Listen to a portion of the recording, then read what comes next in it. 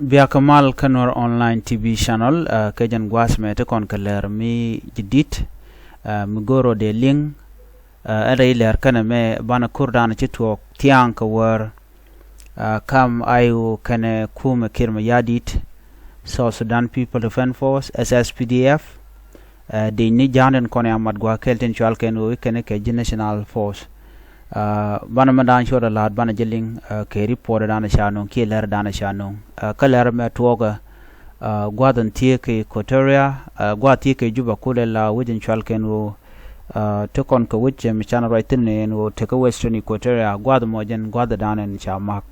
de ni kirma yadi te wi dang dokti ko righten no wujen nyama jen wuje mo chal western ikuɔtɛiriaa bana men to wakten tam ban je kuling wuje rewde western bargazal wuje diodien greater penal state ken godang jogoti ken goda content wori ten kwa target kuma kirma yadi la kuma jane ko loke kuma den kir bana men bana je linkel kata dana che korishe to ko je bu konin kono shalat gwas me bana keling ka dob dana shari por me chaje no ngaje kan kono ni amre ler kan me mi jiram jidit gori jen o jender subscribe ka der notification bell dir je twan ko de ler titi de kan chamala shub ko ji gwas dana pai kala rech ban ler titi bana ka chulinga gwa ka dob dana cha no ngaje shalade ne tianka war ngai kono tianka war she deni SSPDF la deni kirma yadi deni jane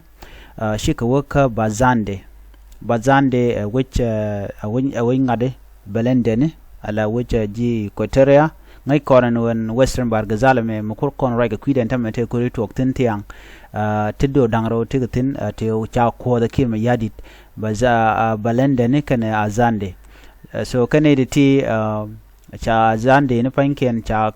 rudian tagare dai ka kane konan ku belende ku kan le target no milinge no te ka korto on tomi ala ji belende ne teken kel ke kumayo ala kum SPLM IO right ke dr machar no ka kwane de ti inshallah zande ne kwa kala use kirma yadit ko bikan ne de content tin la belende bikan kula jo ko shungan kel kayo ko kane de konan changa je ka longre wichin winami ka kore dana chitok tiang chala do nena shika which bazande wido dien chale digimo no ko wido dien sorry ba jeno yogwa okay bazande dingimo kamishale baranga kene senek furo kan wido ti te ka tambura chana me tambura ne chikone no me metedi tambura chikon mebre chikon nene ne ka dobe dana de kon linga je ko ngai kon gwanu ken wite ti ka witen kon tin taka ka South Sudan tin pin South kuma South Sudan ka tie kan ke juba ba kan wi dialati ne kan witen kon tin kwala use kuma South Sudan bejeno yeko gor jeno de kien manda le rodi na ngach be nung turde yeah okay any bear with me a little bit okay name ture jen ture de amnen yeno gwad me neme nagero neme tambura me jen gwad an togreten okay kitidialti ke part of yambio en tambura jen gwad dan en chikume kirma yadit che de che nang tin lo wa jas pele mai wa kam hakten so jen tade ala ji tambura kan jin nagero ne ti chush kanalong ka dob danan wukir mi yadi ladi ne ka la ka jikin wi mi biga na bakin ko nak nakan ga mana hale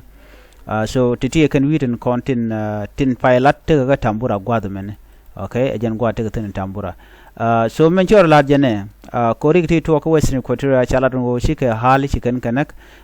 ke chikan ka joj kel ke SPLM IO ki chikor mo chedit ka dob ran chalat ke je ka wa chi ke SPLM IO chikan ga bokolong kan haltin kontin te kel ka chikan boko meti dit na mashire ka meti dane chi to gbare wicha ka nasir gwade dane bokan ne to kontila tila hali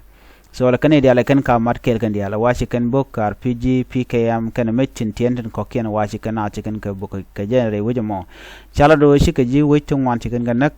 ke kor wacha batch bone ko shi ne to kontin la jai wo ba shika chikan kor ba chikan goro bikana gam ko do dan de ko den defend ka je ko ra dan chalat ko wa mangnaka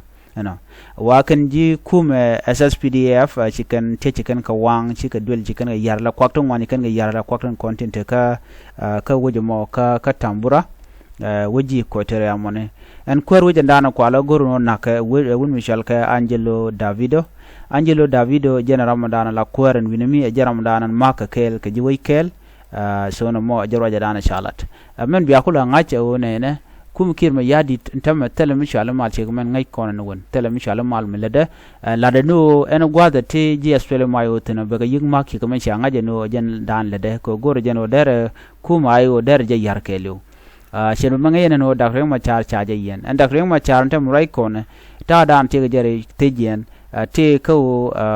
te tetka ne content la international community kane de content jako be teka ko kirma yadi goro jeno der dakre ma char der janak ko dakre ma char jaram dana chagu jeno jene threat ko lada mal noko mal goro der chu der ka kapchong der chang yek der jawuj anta dan deg na rudin ge der ja kapchong ba cha jenok kirma yadi ko kirma yadi de jene yana a dongare kwara a lewre kwara a shi mare kala kwar shi do bodan roache musaben we de ge la ji Uganda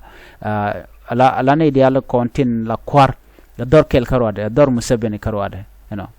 cheru tin ko gwade dan be kwar ka kan je nyoko mo ke je antem garmen chal ma wos jaten ko jandara ko dar je kan je ku ne no take ko position en chal ke bobi wany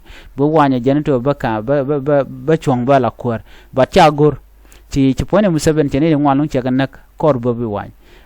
ko jan che gorno de jogo je jene chi mane de kan tin mano gwada joro kan dia kwaro ka jana nagana kala na jek so titi kana kon lat ko dien bare wi ke so Sudan ci gamen ci ngaje no kuma so Sudan ga jan gwada che tel long che tel power te ke de Uganda mli yana ling no cha ne de shaga ma ga de ne woti Uganda teten che mo to ka tambura mate Uganda ba teketen so agenda na goro de nywa ye kel na me han ban yo je gumro dien bye bye